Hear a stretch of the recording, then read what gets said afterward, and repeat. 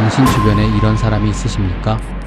누군가 죽었다는 소식을 들었을 때 가장 먼저 달려와 우는 사람, 자리에서 가장 오래 남아 유족의 손을 잡아주는 사람, 마을에서, 직장에서, 가족 안에서 가장 믿음직스럽다는 말을 듣는 사람. 현대 범죄 심리학은 말합니다. 그 사람이 가장 위험할 수 있다고.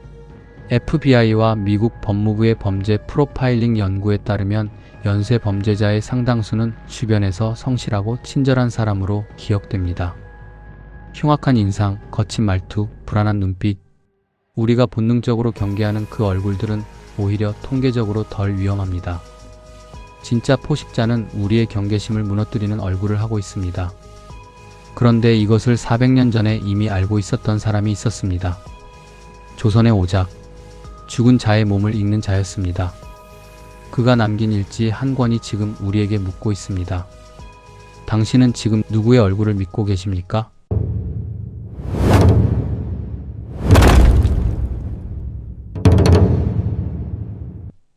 평안도 강계의 어느 부엌. 가마솥은 방금 닦은 것처럼 말끔했다. 그 옆 마른 천 위에 올려진 칼 한 자루, 그리고 그 곁에 누워있는 어린 사내아이의 시신, 명치, 갈비뼈, 목 뒤. 숨을 가장 빠르게 끊어내기 위해 익힌 손의 순서였다. 두려움도 망설임도 없이 몸을 알고 있는 자의 손이었다. 조선 왕조실록 인조 11년 서기 1633년. 평안도에서 한 장의 보고서가 한양으로 올라왔다. 한 여인이 자신의 어린 자식을 죽여 그 살을 먹었다는 내용이었다. 조정은 이를 극심한 기근이 만든 비극으로 정리하고 묻으려 했다. 그러나 그 보고서를 끝까지 펼쳐본 한 사람이 있었다. 한성부 관아의 메인 오작이었다. 조선의 오작은 시신을 살펴 사인을 가려내는 자이다. 관원이 아니었고 정식 직책도 없었다. 다만 죽은 자의 몸을 읽는 일만큼은 누구보다 능했다. 이튿날 이른 아침 오작은 형조의 한 관원을 찾아갔다. 이 사건이 단순한 굶주림이 아니라고 말했다. 관원은 손을 저었다. 흉년이 3년째다. 굶어 죽은 자만 수천이다. 제 자식을 잡아먹은 어미 하나 때문에 사람을 보낼 여유가 없다. 오작은 물러서지 않았다. 굶주린 자의 부엌은 절대로 그렇게 깨끗하지 않다고 했다. 그 말 한마디가 관원의 발을 붙잡았다. 사흘 뒤 오작은 형조의 명을 받아 평안도로 내려갔다. 강계에 도착한 오작을 맞이한 것은 코를 찌르는 시신 냄새와 마을 사람들의 침묵이었다.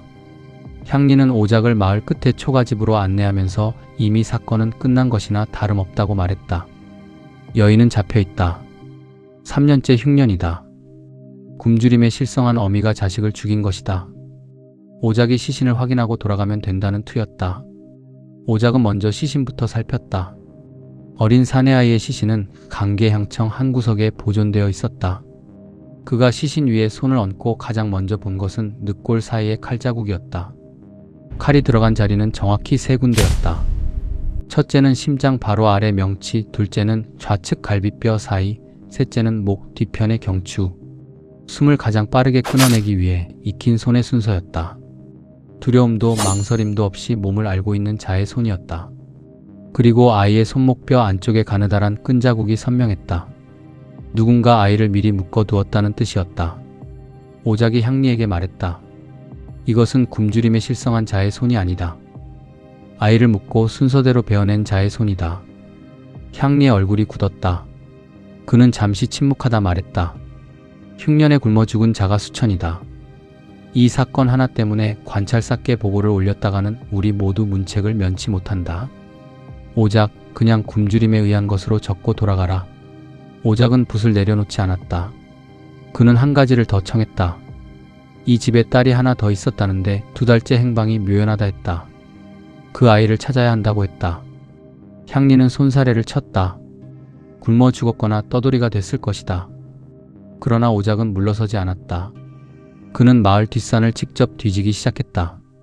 사흘째 되는 날 새벽, 폐허가 된 옛 화전민터에서 흙이 다른 곳보다 부드럽게 다져진 자리를 발견했다.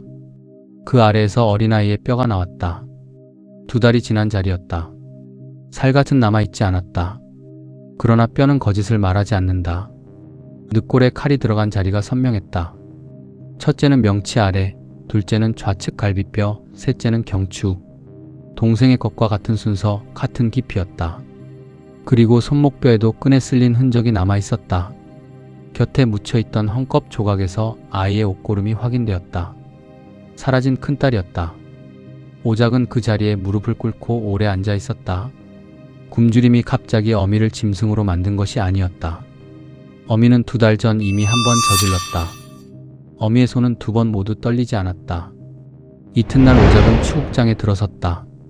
끌려 나온 여인의 모습을 본 순간 그는 기록을 시작했다. 눈매는 매섭고 눈빛에는 살기가 가득하며 묻는 말에 동요가 없다. 평안도 사람들은 이를 살귀의 상이라 불렀고 관상가들은 그녀의 얼굴에 죽음의 기운이 서려 있다 하였다. 그러나 오작은 그렇게 적지 않았다. 그는 다만 이렇게 적었다. 이 여인의 얼굴은 슬픔을 만들어내지 못한다. 훗날 오늘의 과학자들도 같은 말을 한다. 누군가의 얼굴이 굳어있는 까닭은 귀신이 들러붙어서가 아니라 다른 사람의 슬픔을 자기 슬픔처럼 느끼는 능력 자체가 그 사람 안에서 자라지 않았기 때문이라는 것이다. 그런 자는 울 수도 없고 우는 척만 할 수 있을 뿐이다. 400년 전 한 오작이 추국장에서 본 것은 바로 그런 인간이었다. 추국은 이틀째도 막혔다. 여인은 입을 열지 않았다. 형리들이 압박을 가했지만 여인은 흔들리지 않았다. 고통에도 무감했다. 오작은 한 가지 시험을 더 남겨두기로 했다. 추국 사흘째 되는 날 새벽, 오작은 형리에게 한 가지를 부탁했다. 죽은 아이의 저고리를 펼쳐서 여인 앞에 놓아달라는 것이었다. 형리는 의아해했다. 그러나 오작은 단호했다. 추국청 한가운데 마당의 빛이 비스듬히 들어오는 자리에 무명천이 깔렸다. 형리가 피 묻은 저고리를 한 겹씩 천천히 펼쳤다. 추국청 안에 모든 소리가 멈췄다. 마당 끝에서 까마귀 한 마리가 울었고 형리의 손가락이 옷고름을 쥐는 소리가 또렷이 들렸다. 오작은 저고리를 보지 않았다. 그의 시선은 오직 여인의 얼굴 위에만 머물렀다. 피 묻은 저고리의 마지막 자락이 펼쳐지는 그 순간 여인의 얼굴 위에 2가지 일이 동시에 일어났다. 첫째, 동공이 미세하게 커졌다. 빛 때문이 아니었다. 무엇을 보고 흥분했을 때만 일어나는 변화였다. 둘째, 입꼬리의 한쪽이 아주 잠깐 위로 당겨졌다. 그것은 웃음이라 부르기에는 짧았으나 슬픔이라 부르기에는 너무 분명한 방향을 가진 움직임이었다. 오작은 보았다. 저고리를 들고 있던 형리도 그 순간 여인의 얼굴을 마주보고 있었다. 형리의 눈이 커졌다. 그는 자기도 모르게 한 발 뒤로 물러섰다. 자식의 피 묻은 옷 앞에서 입꼬리가 올라가는 얼굴을 그는 처음 보았기 때문이다. 추국청 안에 누구도 그 뒤로는 여인의 얼굴을 다시 마주 보려 하지 않았다. 오작은 천천히 붓을 들어 일지에 적었다. 슬픔에 빠진 어미라면 입꼬리가 아래로 처진다. 죄책감에 시달리는 자라면 시선을 피한다. 그러나 이 여인은 죽은 자식의 피 묻은 옷을 보고 입꼬리가 위로 당겨졌다. 짐작이 아니라 증거였다. 오작은 그 자리에서 사건을 종결지었다. 한양으로 돌아오는 길, 오작은 수레 위에서 오래 잠들지 못했다. 그의 머릿속에서 한 가지 장면이 사라지지 않았다. 평안도 어미의 굳은 얼굴, 눈빛의 평온함, 고통에도 흔들리지 않던 그 몸. 그것은 단순히 무서운 얼굴이 아니었다. 오작이 20년 동안 수백 명의 얼굴을 들여다보면서 딱 한 번, 단 한 번 본 적이 있는 얼굴이었다. 그 얼굴의 주인은 여인이 아니었다. 그것은 한양의 한문관이었고 시간은 인조 2년 이괄의 난이 평정된 직후였다. 오작은 그때 처형된 반란군의 시신을 검시하기 위해 의금부에 불려갔었다. 그런데 그 자리에서 기이한 것을 목격했다. 함께 처형을 기다리던 자들 가운데 한 명이 동료가 끌려나가 죽는 것을 보면서도 얼굴 하나 변하지 않았다. 다른 자들은 오열하거나 분노했다. 그러나 그자는 앉아서 조용히 손톱을 다듬고 있었다. 그리고 동료의 목이 떨어지는 소리가 담장 너머로 들려오는 그 순간 그자의 입술이 무언가를 조용히 중얼거리고 있었다. 그 자리에 함께 있던 형리가 오작에게 직접 전하기를 그것은 천자문이었다고 했다. 오작은 그때 그 장면을 그냥 지나쳤다. 담이 큰 자이거나 이미 체념한 자라고 생각했다. 그러나 평안도 어미의 얼굴을 보고 난 뒤에야 깨달았다. 그것은 담이 아니었다. 그것은 처음부터 다르게 만들어진 자의 얼굴이었다. 한양으로 돌아온 오작은 의금부의 서고를 뒤졌다. 이괄의 난 직후의 추국 기록이었다. 오작이 찾은 것은 흉악한 인상의 무장들이 아니었다. 반란의 가장 깊숙한 자리에 있었던 자, 이름이 기록에서 지워진 그 문관이었다. 그자의 추국 기록은 사흘치가 남아 있었다. 첫째 날 그는 자신의 결백을 차분히 진술했다. 둘째 날 그는 함께 처형당한 동지의 가족에게 미안하다며 눈물을 흘렸다. 주변의 형리들은 그 눈물을 보고 딱하다 했다. 그러나 셋째 날 형리가 그자의 처가 잡혀왔다는 거짓 소식을 흘렸을 때 그는 한 가지 실수를 했다. 처의 안위를 묻기 전에 자신이 숨겨둔 문서가 어떻게 되었느냐고 먼저 물었다. 오작은 이 한 줄의 기록 앞에서 무릎을 쳤다. 가족의 안위보다 자기 물건의 안위를 먼저 묻는 자. 그자의 마음속에는 처음부터 가족이 없었다. 다만 가족이라는 가면을 정확히 연기해 왔을 뿐이다. 그런데 오작이 기록을 계속 읽다가 한 가지 이상한 것을 발견했다. 이괄의 난에 연루된 자들의 이름이 줄줄이 적혀 있었고 그 옆에는 하나같이 처형이라는 두 글자가 따라붙어 있었다. 그런데 그 문관의 이름 바로 옆에 적힌 또 다른 이름 하나에만 그 두 글자가 없었다.